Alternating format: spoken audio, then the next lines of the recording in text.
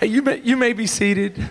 I'm gonna introduce Brother Richard. I don't think he needs an introduction anymore, but I do wanna tell you the first time I met Brother Richard, it was pretty amazing. I didn't meet him. I experienced him.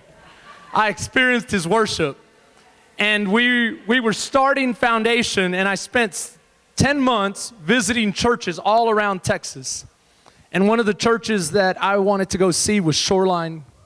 What's Shoreline's full name? I always call them just Shoreline Christian Center. And we were walking up to the building, and you could hear the worship begin. And there was a song that he was playing entitled "Let It Rain," I think it is, and it's a song he wrote. And literally, people started to run from the parking lot. And that was their song. He wrote it for that house, and he was leading it from the piano. And I can remember, and I'm competitive. And so people started moving fast, so I'm going, man, before you know it, it's an all-out sprint to church. And I fell in love.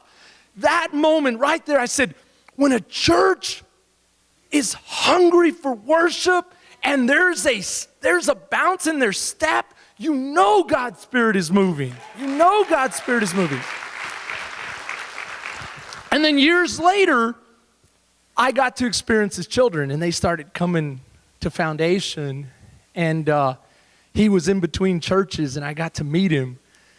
And I just thought, wouldn't it be a blessing if he was able to lead worship from this platform and to share the anointing that God has put on his life.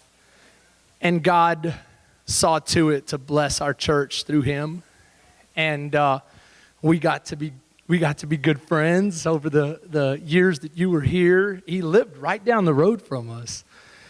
And the Lord moved him to New Mexico, where he and his family relocated, and he's the worship pastor there for a church in New Mexico. And then they called us and got in touch with us, and they shared with us their heart to adopt 2 children. Now, you know that at the same time, God has been stirring in this church, and that's where iCare came from. iCare's first name was what, Mark? The Fatherless Fund. That's how it started, just the Fatherless Fund. God woke me up one day in the middle of the night, and I started having this heart for children without parents that were on the street in Brazil. And I don't know anything about children on the street in Brazil because I've never been to Brazil. But I went to the website, and I went to the web, and I started looking, and I started realizing. And so we said, okay, we're gonna gather $1 every time we meet as disciples, and there was 3 of us. So $3 a week was not very much. But then God added 5 disciples, and then God added 20, and God just continues to grow it. And then he reminded me of a move that he started through John and Charles Wesley, where they would gather the equivalent of a penny every time they met with a disciple for the sake of taking care of the fatherless and the widows. True religion is caring for those that are fatherless and widowed. And so they started doing that, and after 200 disciples later, they were meeting the needs of many fatherless and many widows. So when our church gives $10, $20, some of you give a little bit more, we're able to move. When Brother Richard called and said, I think it was you guys had some kind of matching thing going on, and if you could get X amount, then you would reach the full benefit of that matching grant, and they could move towards adopting these 2 children he's going to tell you about. And we were able to step forward and say, yes, we'll help you. But that's because of you. So thank you, church, for giving. Thank you for having a heart. Thank you for going beyond and above and beyond. And God is able to do exceedingly and abundantly. And so we'll leave it there. And I just want you to welcome to the platform Brother Richard Bowling.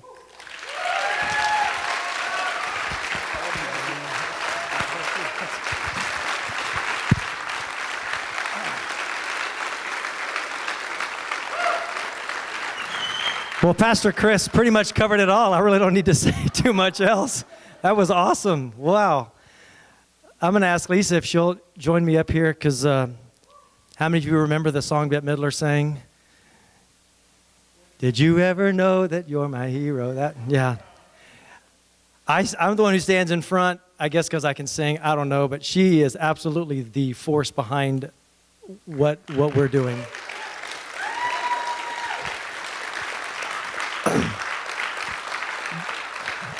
Basically, we've talked about adopting for, she'd be able to tell you more details than me, and I'll hand it to her in a minute, and you'll get details. The kind of thing where you can take notes. I'm a 100,000 feet guy, so you get these general paintings and broad strokes. She drills down, and we talked about adoption, but we got a little more serious, and we began to talk just a little more serious about it. And basically, I think my input was, well, let's just start moving forward. This probably sounds like a lot like what Pastor Chris might say. Let's just move forward, and when we hit a wall, then we'll figure out how to get through the wall. But here's the thing. How many of you know when God puts something on your heart, if you will be obedient to him, and if you will just start walking, he will meet you. Amen. He will meet you. End of discussion. What I'm going to say now is that we never hit that brick wall. So it's kind of like we were on a freeway to adopting these two incredible children, and we're planning to add a third sometime this summer. We've already got the paperwork in process. Just to tell you a little bit about the kids, then I'll let Lisa share it. Kevin Michael, he just turned 1. He has Down syndrome. He had a hole in his heart, which basically, those of you, I think you're interested in medicine possibly, right? Or at one time you might have been. Basically, he had no separation, so all the blood was mingled together. So whether it was oxygen, no oxygen, so it was affecting his lungs. It was just messing up everything. So we did request in the Ukraine that they not operate him. When we got over there, one of the first shockers was, oh, if he hadn't had a cold, you'd be visiting him in the hospital. And that just terrified us, because I love the Ukraine, don't get me wrong, but I don't want them operating on me or any of my kids. Because more people have to get things corrected when they get kids to the States. So we just said, we really don't want you to operate on Kevin Michael with his need. And so they didn't. After I had to correct, because they don't understand everything you say. So I said, we don't want you to. And he goes, so you do want him to have the operation here? I said, no, we do not. And I'm thinking, how can I make sure this doesn't happen? Eliana, she just turned 8. 7. See? She just turned 23 as far as I'm concerned. I don't know the difference. They told us she had epilepsy, but when we got her here and they tested her blood, they said she's not getting enough medication to prevent a seizure. So we're not sure that she has epilepsy. She is greatly delayed in where she's at. She's basically at like a 2-year-old's level. But we think that we're going to see supernatural things happen there, because she's in a loving, caring home that will talk to her. She was found on the streets at 3 years old. They put her in a baby orphanage for 3 years, and all they did there was tie her to the bed and sedate her. And we've actually heard from people who went over there to adopt and said, yeah, we remember seeing that little girl, and she was just tied to the bed. So that was for 3 years. So by age 6, when they transferred her to this orphanage that we adopted her out of, they said she had just began to speak. She wasn't even speaking when she got there.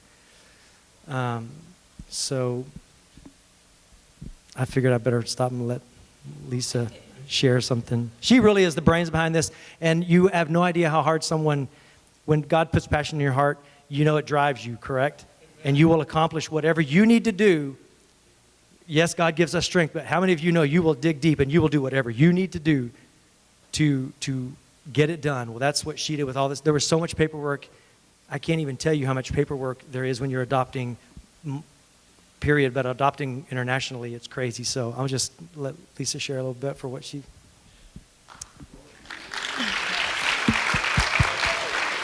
So I've always wanted to adopt. I just had to convince him. So it's been several years. Way back, I believe before Matthew was born, I thought, yeah, we could adopt. It would be awesome. And anytime I would mention it, Richard would say, we can have our own kids. We don't need to adopt. I would actually say the factory's not broken. Why do we need to go out and buy kids? We can make our own. Yeah. And I get a good amen. So, so Matthew is child number 4. We actually have 9 biological children. So Matthew is number 4. So for several years, the conversation was the same, and it never changed. Until finally I said, I'm not having any more kids. It's just not happening. But I was on the internet really just really kind of exploring. No, Reese isn't coming. And I came across a website that was called Reese's Rainbow. And what interested it about me was the fact that it was spelled just like our son's name, Reece, and I thought, I'll click on it. It is a website for special needs children, and it's really a website for adopting special needs children. And I thought, this is interesting. And God started to talk to me, and he said, you can still adopt. You're not too old. Everything's good. And so I was like, okay. So, of course, I start looking at the hundreds of thousands of pages of children, and I just started praying, God, you've got to show me what you're saying. You need to speak to my heart. And he did. And I thought, okay, I have enough nerve. I'm just going to mention it to Richard and see what he says. And this time is when he said, let's just move forward. Let's just see what happens. And so we committed. First you commit and you say, okay, I'm going to put up the first part of this money. I'm going to do my home study, and I want to commit to a child. And so we did. And on Father's Day of last year, we committed to say, we're going to do this. And we moved forward. So we started making phone calls, and we had to get a home study, which scared me to death because our housing situation, we live on campus at a church in 2 houses. And I thought, they're never going to approve us. Never. So Richard said, once again, just keep moving forward.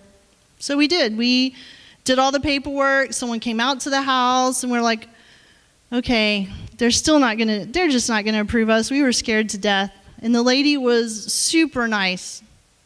She inspected the house. She didn't even look at the house, and I cleaned it for weeks. How many of you know it's not what you know, it's who you know? And when you know the Lord, he puts the right person in the right place. This lady walked in. She was giving us answers. Like she said, well, how about disciplining your children? And don't say spank. Just, well, here, why don't we say this? And I was like, because that was my biggest, for 2 weeks I prayed nonstop. Lord, what do I say? Because I can't lie. I'm going to have to say, yeah, I spank my kids. Absolutely. How many ways can you say bust their butt without costing the whole adoption? I was sweating it when this lady came. Yeah. She literally was a godsend. And it just is another reminder that when God is behind it, and I'm saying this on purpose because I don't know who in here needs this, or maybe we all need to hear it again. When God is behind it, just take a step. Just take a step. God will meet you, but take a step. At least start moving forward. So what was really amazing during the process is all that I did and all that I prepared, which I believe was the right thing to do, she didn't even really look at. And, she left, gave us a phone call and was writing up the home study, which is pages. I never answered the same question. I think I answered the same question like 50 times. We had literally a 50-page questionnaire that we had to answer before this lady showed up. And I knew Richard's not a paperwork person. And so I was like, okay, honey, I will ask the question, and you just tell me the answer, and I'll write it down. So we had questionnaire after paperwork. We had to know every place that we lived since we were 18 years old, and then we had to have criminal background checks from every place that we had to remember where we lived since we were 18 years old. And I was like, I don't even know, I can't even remember. But somehow I called my mom, and she remembered it all. And I was like, well, this is a good thing. Because I'm filling out the paperwork, and she calls, and she goes, oh, I have all those addresses. I was like, oh, you're the right person that God sent at the right time. Because you're your mind is going crazy as you're trying to fill out paperwork, and you're thinking, I can't do this. And God's saying, you can do it. And then the phone rings, and you're like, oh, okay, I can do this. But the home study itself, we also had a deadline because all the laws changed within like a few weeks, and we had to get the paperwork done so that we didn't have to get some kind of international approval. All the laws changed July of last year, and we started on Father's Day. So we had until July the 12th, I believe, to get the entire home study done, that the lady said, oh, it'll take 90 days. I said, I don't have 90 days. If we don't get this done, you can't do this home study because you don't have the right certification. And there was no one in the state of New Mexico that had the certification, not one person. And the people who were going to help cover it in Colorado lost their license right before July the 12th. And I was like, okay, God, we need a home study in less than 30 days. How is this going to be possible? And of course, it was done and finished and in the mail to USCIS, is who does international adoptions. You have to get approval through. It was done and in the mail on July the 14th. We were signing the papers. I had to call Texas because they were the last ones to send something. But I was like, where is it? And they're like, I just saw that. And they had to go dig in paperwork. But of course, everything was finished. And what was really amazing is we were praying, okay, one child, that's all that we can take. They approved us for 3 children. I was like, okay, this is crazy. And so at that point, we started praying, okay, well, we can take 2. We can, two's good. And when I filled out the paperwork to USCIS, I put 2 kids on there. Because I thought, 3? We can't do 3. Well, USCIS took the longest. They sent us back approval in 72 days. And I was told, whatever you put on that paper is what USCIS is going to approve you for. They will not do anything more. So then that comes in the mail, and what does it say? 3 children. I was like, okay, what are you trying to tell us? So we actually left for the Ukraine a few days before Thanksgiving. And we were determined that God would show us what to do in the Ukraine. We had selected 2 children. When you get to the Ukraine, you're not guaranteed those children. You cannot officially commit to a child until you're inside the Ukraine office looking at stacks and stacks of paperwork, and you're just praying that your child is still available. We got over there, and the little girl that we had first chosen was not available. And we got the word right outside the office door, which was heartbreaking because you had prayed for this little girl forever, but she wasn't available, and there was nothing we could do about it. But I believe because we chose her first, we stuck to the same region, and that's where Kevin Michael came into play. And someone called me and said, oh, there's a little boy. You just have to add him to your adoption. I was like, okay, fine. I was like, but he's a baby. I don't want any more babies. And God had other plans. So, and I strongly believe that was what God wanted, because this little boy, he needed out of the country to survive. So we had the meeting. He was available. We went and visited with them, and we were pretty strict. We said, look, we have to stick in the same region. We have this much money, and if we go out of region, it's like double adoption. We can't do this, but we really want 3 kids, so see what you can do about it. He wants this mic. Yeah. So we started to pray, because you're in a foreign country. No matter what they say, even though they can translate for you, they don't understand what you're saying. They just don't. The communication is still very difficult. But we just kept praying, Lord, only you can show us exactly what you have for us, exactly the child you have for us. And then we have to start loving this child. And that's really difficult. I think when your children are born, you love them automatically. You've had 9 months to dream about them, think about them. Adoption is not that way sometimes.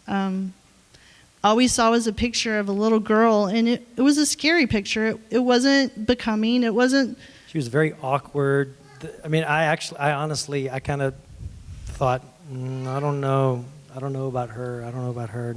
We'd actually picked another little girl that had HIV, and when we went in for the second visit a week later, we were told the same thing as the first visit. She's not available. She's just been taken into foster care here in the Ukraine because they doubled the amount of money that they would give you if you take an HIV kids. So we kind of were back at square one, and we had prayed, God, make it clear, and she was the only child available in that region. So we just thought, you know what? Like it or not, and I'll be honest, I didn't like it.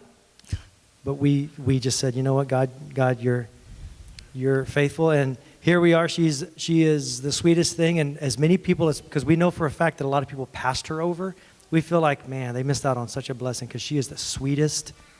We don't have the challenges that a lot of people have with kids that are institutionalized, especially from other countries, with biting, anger, fighting, and this and that. But the main thing we wanted to do tonight was to thank you. Foundation, you are an amazing body of believers. Thank you so much for being a part of this, for partnering with us.